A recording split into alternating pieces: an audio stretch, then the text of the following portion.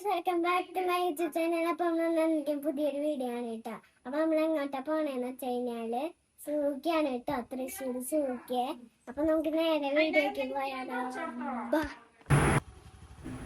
ഇന്നൊരു ശനിയാഴ്ചയാണ്. അപ്പോൾ നമുക്ക് പുത്തൂരുള്ള സുവോളജിക്കൽ പാർക്കിലേക്ക് ഒന്ന് പോയിട്ട് വരാം. ഏഷ്യയിലെ തന്നെ ഏറ്റവും വലിയ മൃഗശാലകളിലൊന്നും ഇന്ത്യയിലെ ആദ്യത്തെ ഡിസൈനർ സോമുമാണ് പുത്തൂർ സുവോളജിക്കൽ പാർക്ക്. അപ്പോൾ അവിടുത്തെ വിശേഷങ്ങളാണ് നമ്മുടെ ഇന്നത്തെ വീഡിയോയിൽ കാണാൻ പോകുന്നത്. ഇവിടെ വന്നു കഴിഞ്ഞാൽ നമുക്ക് എന്തൊക്കെയാണ് കാണാനുള്ളത്, എന്തൊക്കെ കാര്യങ്ങളാണ് അറിയാനുള്ളത്, അതിൻ്റെ ഒരു കംപ്ലീറ്റ് ഡീറ്റെയിൽസ് ആണ് കേട്ടോ ഈ വീഡിയോയിലുള്ളത്. നമ്മുടെ വീടിൻ്റെ അടുത്ത് നിന്ന് ഏകദേശം ഒരു 10-15 മിനിറ്റ് മാത്രമേ പുത്തൂര് സുവോളജിക്കൽ പാർക്കിലേക്കുള്ളൂ. ഇത്രയും അടുത്തായിട്ട് പോലും നമ്മൾ ഇവിടേക്ക് ഇതുവരെ പോയിട്ടില്ല എന്നതാണ് വാസ്തവം. പൂച്ചട്ടി സെൻറ്ററിൽ നിന്നും എരവിമംഗലം റൂട്ട് വഴിയാണ് നമ്മളിപ്പോൾ സൂവിലേക്ക് പോകുന്നത്. അങ്ങനെ ഫൈനലി നമ്മൾ സൂവിലേക്ക് എത്തി. ഇതാണ് കേട്ടോ സൂവിൻ്റെ മെയിൻ ആയിട്ടുള്ള എൻട്രൻസ് വരുന്നത്. ഇവിടെ നമുക്ക് ഓൺലൈനായിട്ടും ഓഫ്ലൈനായിട്ടും ടിക്കറ്റ് എടുക്കാനുള്ള സൗകര്യമുണ്ട്. മെയിൻ എൻട്രൻസിൽ നിന്നും നമ്മൾ നേരെ പാർക്കിങ്ങിലേക്കാണ് പോയത്. പാർക്കിംഗ് റേറ്റ് നമ്മൾ സ്കൂട്ടിയിലാണ് കേട്ടോ പോയിട്ടുണ്ടായിരുന്നത്. അപ്പോൾ അവിടുത്തെ പാർക്കിംഗ് റേറ്റ് വരുന്നത് 25 റുപ്പീസാണ്.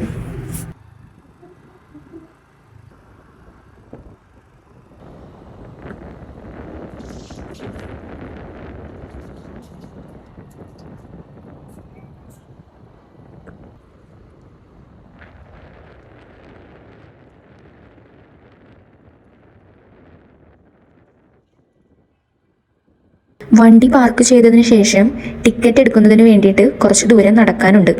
അപ്പൊ നമ്മളിവിടെ സൂവിലെത്തിട്ടോ. അപ്പൊ നമുക്ക് നേരെ ഭയങ്കര ബ്യൂട്ടിഫുൾ ആയിട്ടാണ് ഇത് സ്ട്രക്ചർ ചെയ്തിരിക്കുന്നത്. പിന്നെ റോഡിൻ്റെ രണ്ട് സൈഡിലും ഒരുപാട് ചെടികൾ വെച്ച് പിടിപ്പിച്ചിട്ടുണ്ട്. വളരെ മനോഹരമാണ് കേട്ടോ അതൊക്കെ കാണാനായിട്ട്. കൂടുതലായിട്ടും ഇതിലുള്ളത് ബാംബൂ പ്ലാന്റ്സ് ആണ്.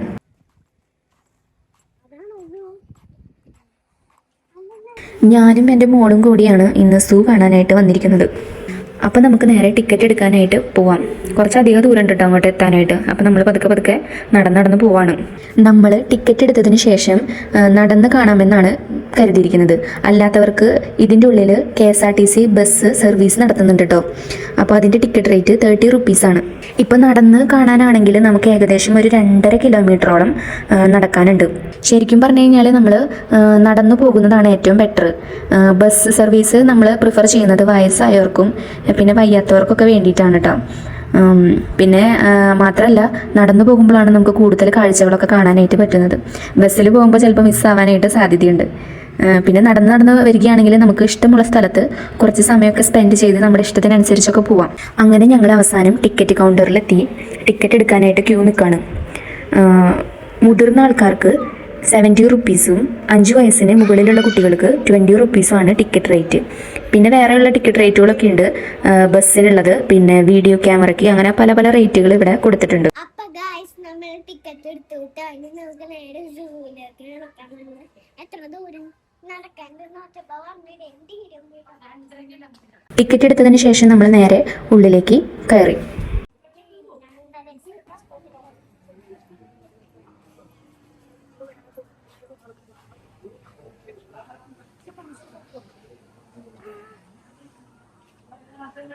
അവിടെ നിന്ന് കുറച്ചധികം ഉള്ളിലേക്ക് നടന്നപ്പോൾ ഫസ്റ്റ് കാണുന്നത് തന്നെ ഒരു ക്യാൻറ്റീനാണ്. നമ്മൾ ശരിക്കും പറഞ്ഞു കഴിഞ്ഞാൽ നടന്ന് കാണാനായിട്ടാണ് പ്ലാൻ ചെയ്തിരിക്കുന്നത്. നമ്മൾ ബസ് ടിക്കറ്റ് ഒന്നും എടുത്തിട്ടില്ല.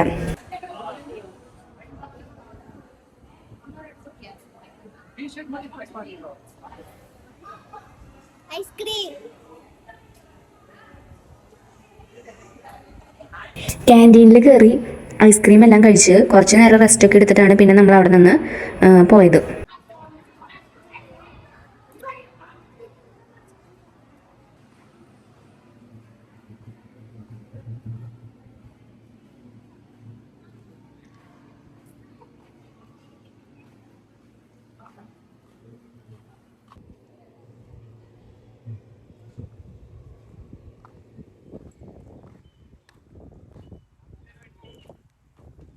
നല്ല വെയിലുണ്ട് കേട്ടോ. നമ്മൾ പോയത് ഏകദേശം ഒരു 2 മണി ആ സമയത്തോട് അടുത്തിട്ടാണ്.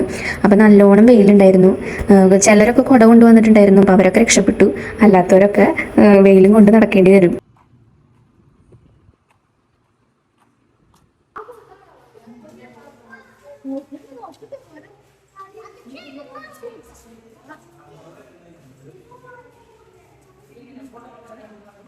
അങ്ങനെ നമ്മൾ നടന്ന് ആദ്യം എത്തിയത് മുതലകളെ ഇട്ടിരിക്കുന്ന പോണ്ടിൻ്റെ അടുത്താണ്. ഒരു വലിയ പ്ലാറ്റ്ഫോമിൻ്റെ ഉള്ളിലേക്ക് കയറിയിട്ട് വലിയൊരു ഗ്ലാസ് ഭിത്തി കൊണ്ട് മറച്ചിരിക്കുകയാണ്. അതായത് തൊട്ട് അപ്പുറത്തും ഇപ്പുറത്തും വളരെ അടുത്ത് നിന്നുകൊണ്ട് തന്നെ നമുക്ക് ആനിമൽസിനെ കാണാൻ പറ്റും എന്നുള്ളതാണ് ഈ സൂവിൻ്റെ ഏറ്റവും വലിയ പ്രത്യേകത. ഏകദേശം 350 ഏക്കറോളം വരുന്ന ഈ ഒരു പാർക്കിൽ 23 ആവാസ വ്യവസ്ഥകളിലായിട്ടാണ് പക്ഷികളെയും മൃഗങ്ങളെയും ഒക്കെ ഇട്ടിരിക്കുന്നത്. അടുത്ത് നമ്മൾ വന്നിരിക്കുന്നത് വൈറ്റ് പെലിക്കണിൻ്റെ അടുത്തേക്കാണ്. ഇവരുടെ ഒപ്പം എരണ്ട, നീർക്കാക്ക ഇവരും ഈ കൂട്ടിനുള്ളിൽ കിടക്കുന്നുണ്ട്.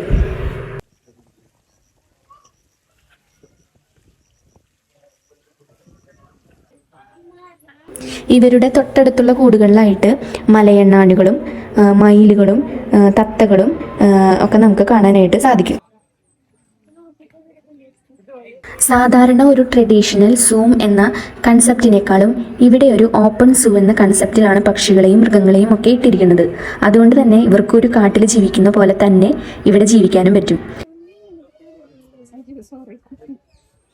നെറ്റ് അടിച്ചിട്ടുണ്ടെങ്കിലും ഇവർക്ക് അവരുടെ ഇഷ്ടം പോലെ തന്നെ പോകാനും വരാനും പറക്കാനും ഒക്കെയുള്ള സൗകര്യങ്ങൾ ഇതിൻ്റെ ഉള്ളിലുണ്ട്. ഈ ഒരു സൂ ഡിസൈൻ ചെയ്തിരിക്കുന്നത് ഓസ്ട്രേലിയൻ മൃഗശാല ഡിസൈനറായ ജോൺ കോ എന്ന് പറയുന്ന വ്യക്തിയാണ്. ഓരോ കൂടിൻ്റെയും ഫ്രണ്ടിൽ അല്ലെങ്കിൽ ഓരോ ഏരിയയുടെയും ഫ്രണ്ടിൽ അതിൻ്റെ അകത്ത് ഏത് ആനിമലാണ് ഉള്ളത് എന്നുള്ളതിൻ്റെ ഫുള്ള് ഡീറ്റെയിൽസ് എഴുതി വച്ചിട്ടുണ്ട്. അവർ ഏത് ഫോറസ്റ്റിലാണ് കാണപ്പെടുന്നത്, അവരുടെ weight, length, life span, food, habit, incubation period അതെല്ലാം തന്നെ അവിടെ ഡിസ്പ്ലേ ചെയ്ത് വെച്ചിട്ടുണ്ട്.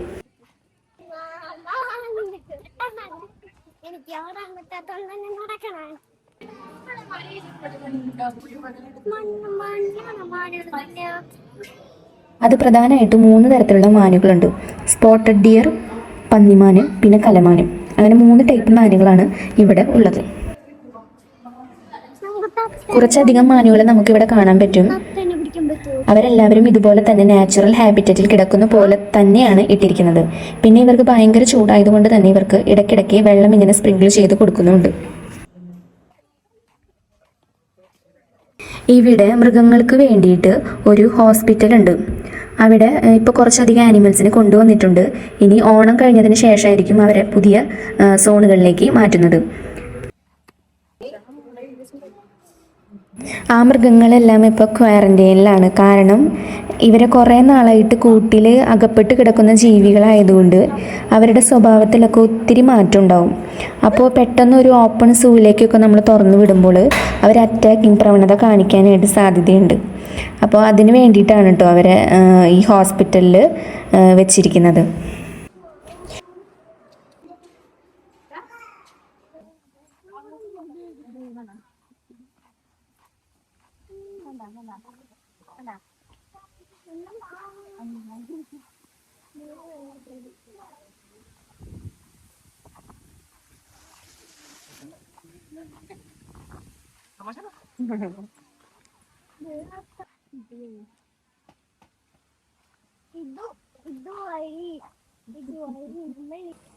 ഇങ്ങനെ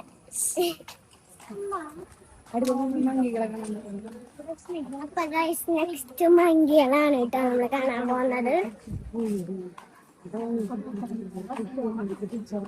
നടന്നു പോകുന്നവർക്ക് വിശ്രമിക്കാനുള്ള വിശ്രമ കേന്ദ്രങ്ങളും അതുപോലെ തന്നെ ലഘുഭക്ഷണത്തിനായിട്ടുള്ള ക്യാൻറ്റീനുകളും ഇതിൻ്റെ ഇടയിലൊക്കെ നമുക്ക് കാണാനായിട്ട് സാധിക്കും.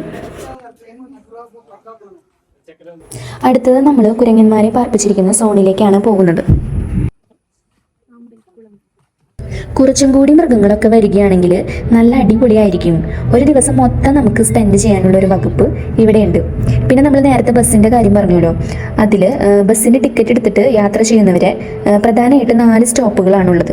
അപ്പോൾ ഓരോ സ്റ്റോപ്പുകളിലും അവർ നമ്മളെ ഇറക്കി തരും. അപ്പോൾ നമ്മൾ അവിടെ നടന്ന് ആനിമൽസിനെയൊക്കെ കണ്ടതിന് ശേഷം നമ്മൾ തിരിച്ച് ആ സ്റ്റോപ്പിൽ തന്നെ വന്നിരുന്നു കഴിഞ്ഞാൽ വേറെ KSRTC ബസ് സർവീസ് വഴി നമുക്ക് അടുത്ത സ്റ്റോപ്പിലേക്ക് പോയി അവിടെ ഇറങ്ങി അടുത്ത മൃഗങ്ങളെ കാണാനായിട്ട് പറ്റും. അങ്ങനെയാണ് കേട്ടോ.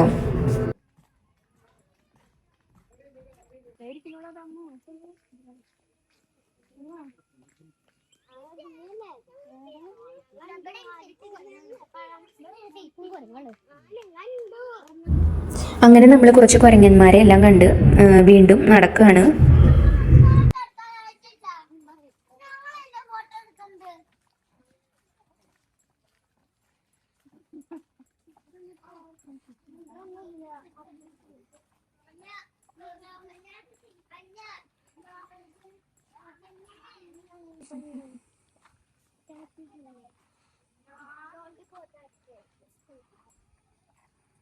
സിമന്റ് കൊണ്ട് തീർത്തിരിക്കുന്ന മരങ്ങളുടെ സ്റ്റാച്ചുകളും നമുക്കിവിടെ കാണാനായിട്ട് പറ്റും.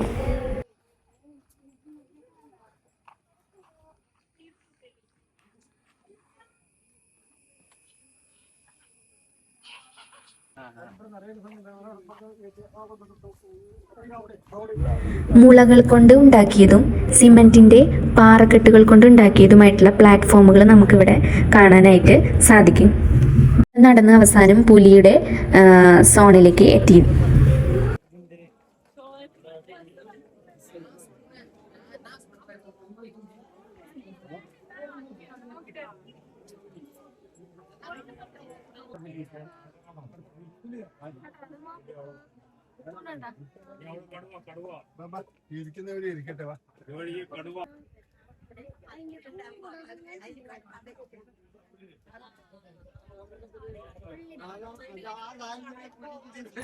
അങ്ങനെ നമ്മൾ പുലിയെല്ലാം കണ്ട് അവിടെ നിന്ന് തിരിച്ചു. ഇനി നമ്മൾ നേരെ ചെല്ലുന്നത് കടുവകളെ കാണാനാണ്. നല്ല വെയിലാണ് കേട്ടോ. അപ്പോൾ എൻ്റെ മോള് നടന്ന് തളർന്നു, അവള് റെസ്റ്റ് എടുക്കുകയാണ്.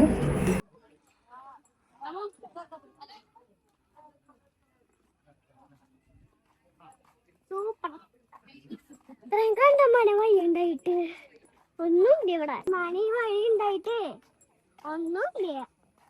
വെറുതെ കാറും ചെയ്യുമ്പോ ഇതൊക്കെ കാണാൻ വേണ്ടി കണ്ട മണി വഴി ഇട്ടാണ്.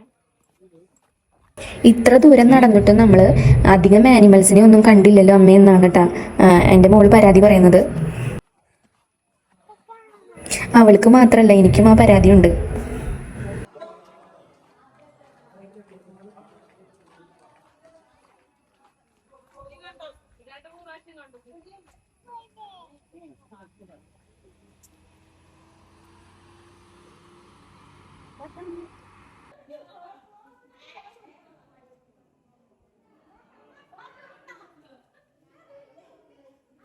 അങ്ങനെ നടന്ന് നമ്മൾ അവസാനം കടുവകളെ ഇട്ടിരിക്കുന്ന സോണിലേക്ക് എത്തി. അവിടെ ഒരു കടുവേനെ നമുക്ക് കാണാനായിട്ട് സാധിച്ചു. ഏകദേശം 15ഓളം കടുവകൾ ഉണ്ടെന്നാണ് കേട്ടോ അവിടുത്തെ ജീവനക്കാർ നമ്മളോട് പറഞ്ഞത്. അവരെല്ലാം തന്നെ നമ്മൾ കാണുന്ന കേജുകളുടെ ഉള്ളിലുണ്ട്. അറ്റ് എ ടൈം ഒരു കടുവയെ മാത്രമാണ് അവർ പുറത്തേക്ക് ഇറക്കുകയുള്ളൂ.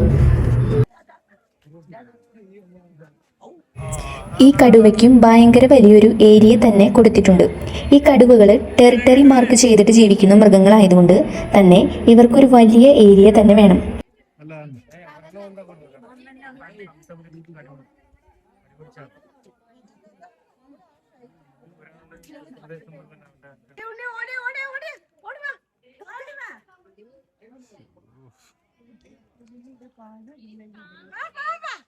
പേടിക്കണ്ടേ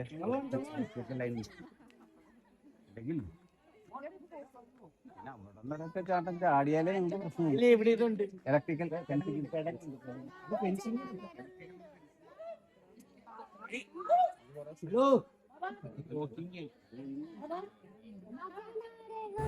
നമ്മൾ ശരിക്കും 2 കടുവകളെ കണ്ടു കേട്ടോ. ഒരു കടുവ അവിടെ നടക്കുന്നതും ഒരു കടുവ കൂട്ടിനുള്ളിൽ കിടക്കുന്നതും നമ്മൾ കണ്ടു.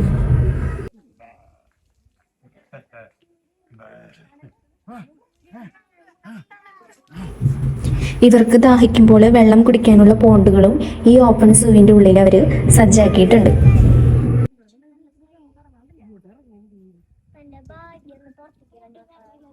അപ്പോൾ ഇനി നമ്മൾ കാണുന്നത് കാട്ടുപോത്തുകളെയാണ്. 3 കാട്ടുപോത്തുകൾ ഉണ്ടെന്നാണ് അവർ പറഞ്ഞത്. പക്ഷെ നമ്മൾ ഒരു കാട്ടുപോത്തിനെയാണ് അവിടെ കണ്ടത്.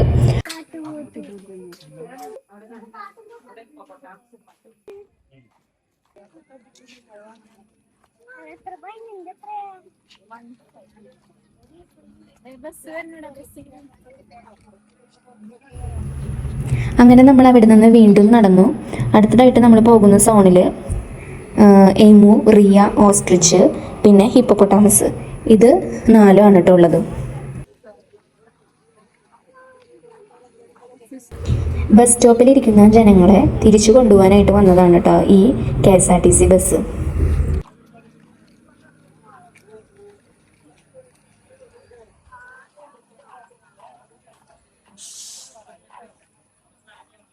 പതുക്കെ പതുക്കെ ഇങ്ങനെ നടന്നു പോയിക്കൊണ്ടിരിക്കുകയാണ്. ഇവിടുത്തെ ടൈമിംഗ് എന്ന് പറയുന്നത് രാവിലെ 9 AM തൊട്ട് 5 PM വരെയാണ്. മൺഡേ ഹോളിഡേ ആണ്. 15 പുലികളുണ്ട്. അപ്പൊ അവിടെ എന്താന്ന് വെച്ചാൽ അതിനൊക്കെ ബാക്കിയുള്ള കുട്ടികളോട് കൂട്ടിലാക്കിയിട്ടാണ് ഇട്ടിട്ടുള്ളത് കേട്ടോ. അപ്പൊ ഓരോ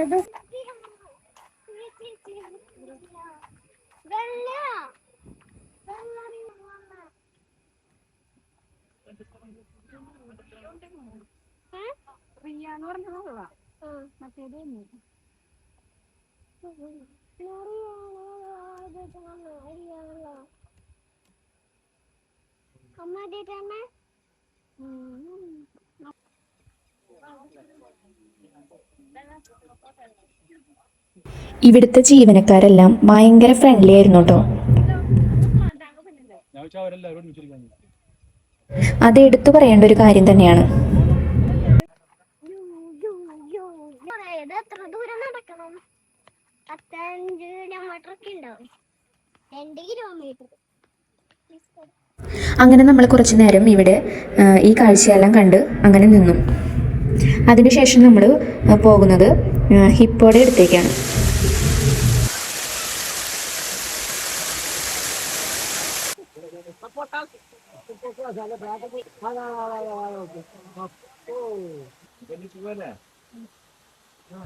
ഹിപ്പോകളെ ഇട്ടിരിക്കുന്ന പോണ്ടാണിത്.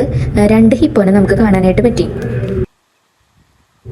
ഇതാണ് കേട്ടോ ഇവിടുത്തെ ലാസ്റ്റത്തെ സോണ്. ലാസ്റ്റത്തെ ബസ് സ്റ്റോപ്പും ഇവിടെ തന്നെയാണ്. ഇവിടെ നിന്ന് അങ്ങോട്ട് ഇനി ഒരുപാടുണ്ട്. പക്ഷെ അവിടെയെല്ലാം വർക്ക് നടന്നുകൊണ്ടിരിക്കുന്ന കാരണം അതൊക്കെ ക്ലോസ് ചെയ്തിരിക്കുകയാണ്. അപ്പോൾ നമുക്ക് അങ്ങോട്ടൊന്നും പ്രവേശിക്കാനായിട്ട് പറ്റില്ല. ഇതാണ് ലാസ്റ്റ് പോയിന്റ്. അപ്പോൾ നമ്മളിവിടെ നിന്ന് ഫുഡൊക്കെ മേടിച്ച്, ഇവിടെ ഒരു ക്യാൻറ്റീൻ ഉണ്ടായിരുന്നു കേട്ടോ. അപ്പോൾ നമ്മളിവിടെ നിന്ന് ഫുഡൊക്കെ മേടിച്ച് ബസ് വരുന്നത് വരെ വെയിറ്റ് ചെയ്തു.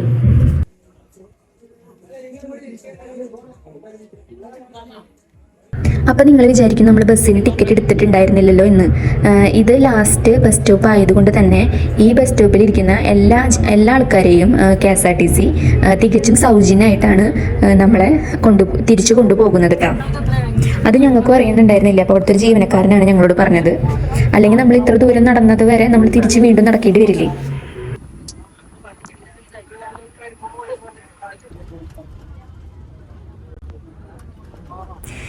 ബസ് സർവീസ് നമ്മളെ നേരെ തിരിച്ച് പാർക്കിങ്ങിലേക്കാണ് കേട്ടോ എത്തിക്കുന്നത്. അങ്ങനെ നമ്മൾ ബസ്സൊക്കെ ഇറങ്ങി കാഴ്ചകളൊക്കെ കണ്ടു നമ്മൾ തിരിച്ച് എൻട്രൻസിലേക്ക് എത്തി.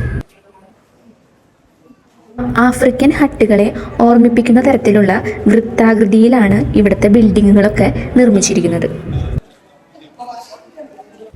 അതുകൊണ്ട് തന്നെ ഓരോ ബിൽഡിങ്ങുകൾക്കും ഒരു പ്രത്യേക ഭംഗിയുണ്ടായിരുന്നു.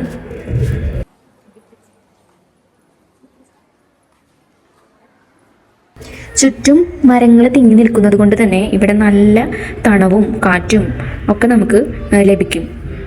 നല്ലൊരു അടിപൊളി ആംബിയൻസ് ആണ്.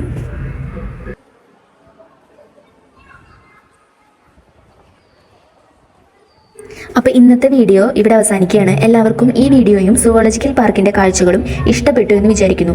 വീഡിയോ ഇഷ്ടമായി എന്നുണ്ടെങ്കിൽ എപ്പോഴും പറയുന്ന പോലെ ഒരു ലൈക്ക് തരിക. നിങ്ങളുടെ അഭിപ്രായങ്ങൾ താഴെ ഒന്ന് കമൻറ്റ് ചെയ്തേക്കുക. നിങ്ങൾ ഇതിനു മുമ്പിൽ ഈ സൂവിൽ വന്നിട്ടുണ്ടെങ്കിൽ നിങ്ങളുടെ എക്സ്പീരിയൻസ് കൂടി ഒന്ന് ഷെയർ ചെയ്തേക്കണേ.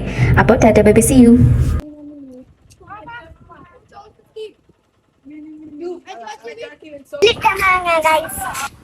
അപ്പൊ ഇത് നമ്മൾ സൂ കണ്ടിട്ട് ഇറങ്ങാണ് കേട്ടോ. അപ്പൊ ഇനിയും ഉണ്ട് കേട്ടോ. അപ്പൊ കൊറേ മൃഗങ്ങളുണ്ട് കേട്ടോ. അപ്പൊ ഞങ്ങള് ചോദിച്ചപ്പോ ചേട്ടൻ പറഞ്ഞാണ് അപ്പൊ ഇനിയുണ്ട് കൊറേ മൃഗങ്ങള്. അവിടേക്ക് ഇവിടെ ഒരു ഹോസ്പിറ്റല് ഇട്ടേക്കാന്ന് പറയുന്നത്. അപ്പൊ അങ്ങനെ കരടി, പുള്ളിപ്പുലി, പിന്നെ കൊറേ പാമ്പുകള്, അങ്ങനെ കൊറേ മൃഗങ്ങളൊക്കെ കൊണ്ടുവന്നിട്ടുണ്ട്. സിംഹവാലൻ കുരങ്ങ്. പക്ഷെ അവരൊന്നും ഇപ്പൊ കൂട് ശരിക്കും മാറ്റിയിട്ടില്ല. അവരൊക്കെ ഒരു സ്ഥലത്ത് വെച്ചേക്കാണ്. ഓണം കഴിഞ്ഞിട്ടാവും ഓണത്തിനാണ് ലിഫ്റ്റ് ഷിഫ്റ്റ് ലിഫ്റ്റ് ഓണത്തിന് അവര് ഷിഫ്റ്റ് ചെയ്യും.